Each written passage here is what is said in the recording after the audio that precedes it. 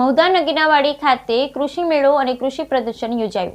રવિ કૃષિ મહોત્સવ 2024 અંતર્ગત મહુધા નગીનાવાડી ખાતે કૃષિ મેળો કૃષિ પ્રદર્શન કાર્યક્રમ યોજવામાં આવ્યો। આ કાર્યક્રમમાં ખેતીને લગતી વિસ્તૃત માહિતી અને જાણકારી તેમજ વધુ અને સારી ઉપજ મેળવવા શું કરવું જેવા બાબતોએ વિસ્તૃત માર્ગદર્શન આપવામાં આવ્યું। આ કાર્યક્રમમાં મહુધા વિધાનસભા ધારાસભ્ય સંજયસિંહ મેડા, જિલ્લા ભાજપ સંગઠનના ઉપપ્રમુખ નટુભાઈ સોઢા, જિલ્લા નાયબ કલેક્ટર મહુધા, મામલતદાર મહુધા, તાલુકા ભાજપ સંગઠન પ્રમુખ રમેશભાઈ સોઢા, મહુધા શહેર ભાજપ સંગઠન પ્રમુખ રૂપેશભાઈ રાઠોડ, મહુધા તાલુકા પંચાયત પ્રમુખના પ્રતિનિધિ મુકેશભાઈ દરબાર, ભાજપ એપીએમસી ચેરમેન નિલેશભાઈ પટેલ, સંગઠનના હોદ્દેદારો, તાલુકાના વહીવટી તંત્ર તેમજ તાલુકાના કૃષિ વિભાગના અધિકારી અને કર્મચારી સહિત ખેડૂતો મોટી સંખ્યામાં ઉપસ્થિત રહ્યા હતા। Bureau report Nishar Shaikh, Mahudha. Sir, આપનો પરિચય? મદદનીશ ખેતી નિયામક અશ્વિન પટેલ। જી સર, આજે રવિ કૃષિ મહોત્સવ યોજાયો છે, શું કહેશો?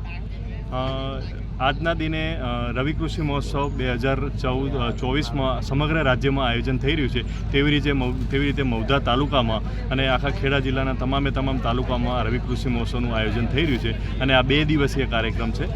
પ્રથમ દિવસે જે મુખ્યમંત્રી સાહેબનો મુખ્ય જે રાજ્યકક્ષાનો જે પ્રોગ્રામ બનાસકાંઠા જે આયોજિત થયો તેનું લાઈવ પ્રસારણ પણ આપણે ખેડૂતોએ નિહાળ્યું અને ત્યારબાદ આપણે ધારાસભ્ય શ્રી સંજયસિંહ મહેડા અને તમામ તાલુકા સંગઠનના પ્રમુખશ્રીઓ હાજર રહ્યા અને આટલી મોટી સંખ્યામાં ખેડૂતો ઉપસ્થિત રહ્યા અને ત્યારબાદ એ સ્ટોલની મુલાકાત લેશે અને મુલાકાત લીધા પછી ભોજન ગ્રહણ કરી અને ત્યારબાદ બપોર બાદ પ્રાકૃતિક ફાર્મની મુલાકાત પણ લેશે।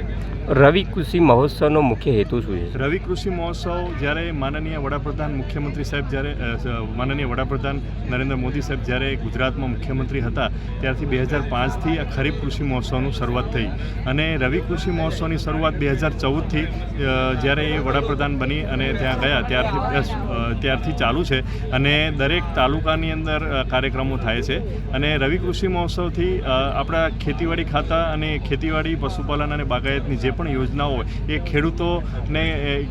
ખેડૂતોને એનો લાભ ત્યાં સુધી પહોંચે તેના માટે આ ખેડૂતો મુલાકાત લઈ અને એ પોતે સમજી શકે છે અને કઈ રીતે ઓનલાઈન અરજી કઈ રીતે કરવી, ખેડૂતો લાભ કઈ રીતે લેવો એ આપણા આ